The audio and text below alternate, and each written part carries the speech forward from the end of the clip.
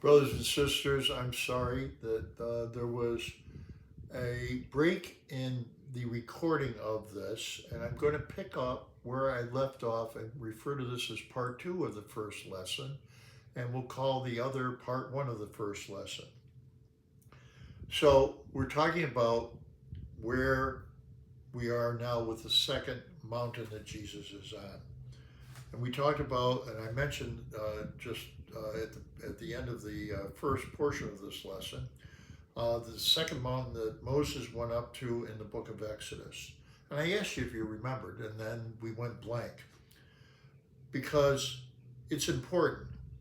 The last time we see God speak to his people from a mountain is in Exodus chapter 19 and 20.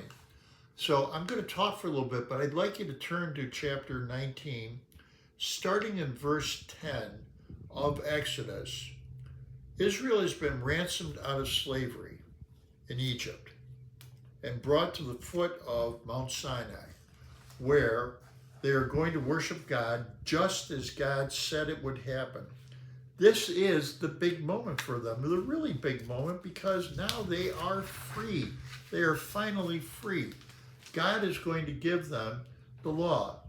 Now look at, if you will, verses 10 through 15. The Lord said to Moses, "Go to the people and consecrate them today and tomorrow, and let them wash their garments and be ready for the third day. For on the third day the Lord will come down on Mount Sinai in the sight of all the people, and you shall set limits for the people all around, saying, 'Take care not to go into the mountain or touch the edge of it. Whoever touches the mountain shall be put to death. No hand shall touch him, but he shall be stoned or shot. Whether beast or man, he shall not live. When the trumpet sounds a long blast, they shall come up to the mountain.' So Moses went down from the mountain to the people and consecrated the people, and they washed their garments. And he said to the people, 'Be ready for the third day.' And then he said, 'Do not go near a woman.'"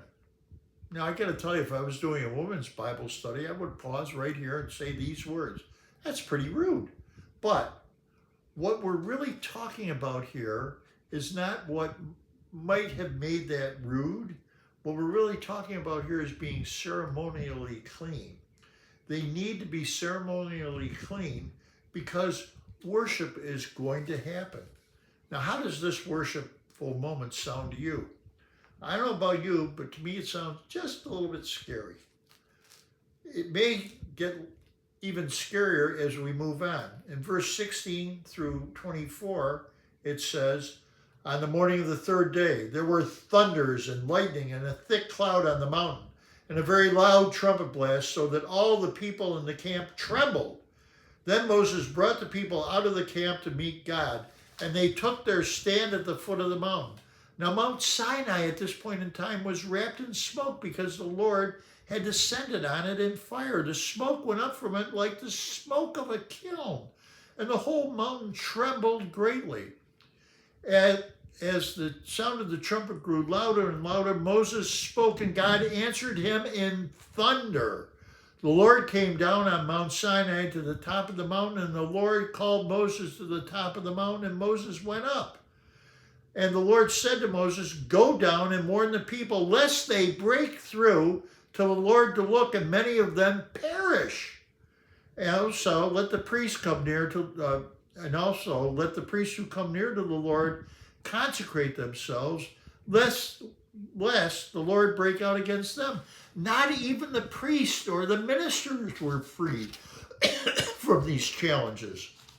And Moses said to the Lord, 'Lord, the people cannot come up to the Mount Sinai, for you yourself warned us, saying, set limits around the mountain and consecrate it.' And the Lord said to him, 'Go down and come up, bringing just Aaron with you, but do not let the priests and the people break through to come up to the Lord, lest he break out against them.'"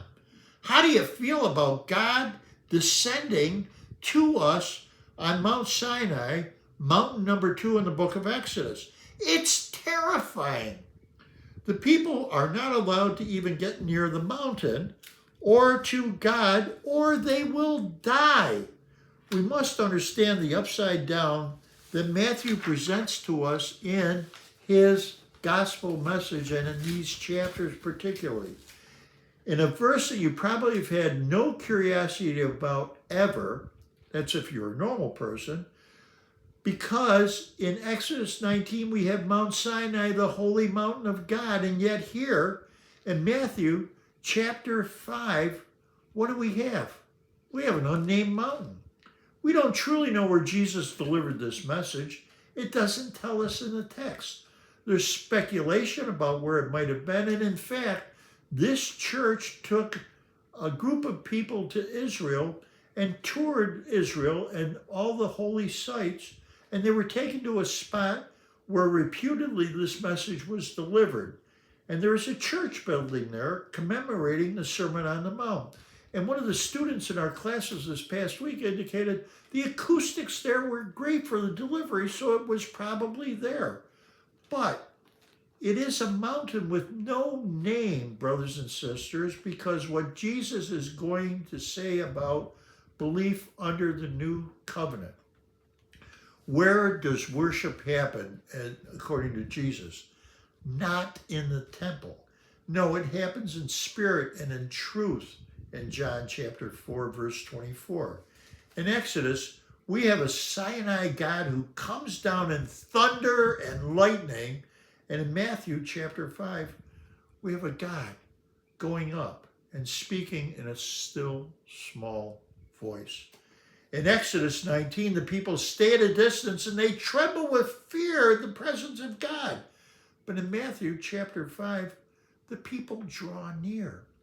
In Exodus 20, the law is given on Sinai in thunder and smoke and written on tablets. And in chapter 5, Matthew, the law is given as well, but no longer written on tablets of stone, but it's written on the hearts of flesh, of the people who hear and believe. I think that without reading back into Exodus, we can forget the significance of what it means to be able to draw near.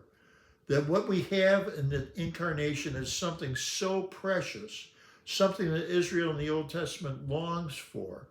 God came down and dwelled in their midst. Sure, he fed them, he walked with them, he guided them, but it was not in the way Jesus comes and lives among us in the New Testament.